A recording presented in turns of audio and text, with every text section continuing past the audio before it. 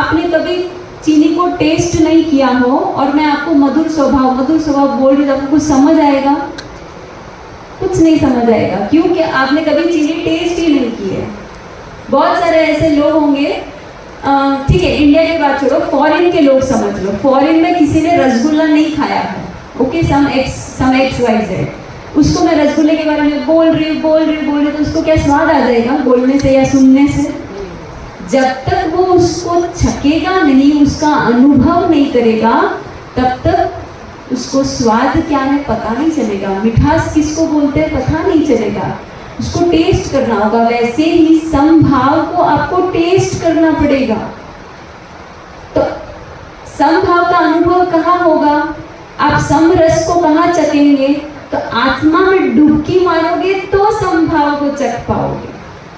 अब मैं आत्मा हूँ इसी की खबर नहीं है हमें, तो समता में कैसे उतरेंगे, फिर समता रस को कैसे चखेंगे और फिर उस अनुभव में कैसे लीन होंगे और कैसे हमारी भाव समाहित होगी? ये सारी चीजें हमारे लिए प्रश्न ही है। ये हमारी द्रव्य क्षेत्र काल ये 3 समाहित बराबर चल रही है। भाव समाहित में हम प्रवेश ही नहीं किए हैं। एक बार भी हमारी जिंदगी में जितनी भी समाहित हुई है, किसी की 1000 हुई है, किसी की 5000, किसी की 10,000 हुई है, पर एक भी भाव समाहित कभी भी किसी की नहीं हुई है, जहां तक मैं मेजॉरिटी में देखूं तो भाव समाहित में समभाव यानी सम में आना है। सम आत्मा का मूल स्वभाव है। दूसरा सम का अर्थ होता है शम, यानी अपने कषायों को शमन करना, उपशम करना, शांत कर देना, है ना, शांत कर देना। जैसे कि किसी ने आपको डांटा, तो आपने उसको रिप्लाई नहीं दिया और अपने आप को शांत किया, बोली हुई, क्यों हुई, ऐसे करके आपने उसको लेट गो कर दिया। आपने प्रतिक्रिया नहीं दी, आपने तुरंत रिएक्शन नहीं दिया और अपने आप को शांत किया, तो उसको कहते हैं शम। तो सम शम। और अब हम मूल अर्थ में जा रहे हैं। ये सामयिक शब्द आया कहां से? समय का अर्थ होता है आत्मा।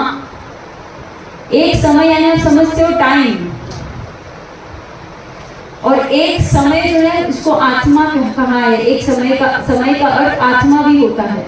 क्यों होता है? क्योंकि समय जो है वो वर्तमान है, जो वर्तमान में ही जिसको अनुभव किया जा सकता है। आत्मा का अनुभव क्षण में होता है, वर्तमान के क्षण में, वर्तमान के एक समय में ही आत्मा का अनुभव होता है। आत्मा का अस्तित्व आपने समय में जाना तो जाना, नहीं तो आप आत्मा को कभी अनुभव कर ही नहीं पाएंगे।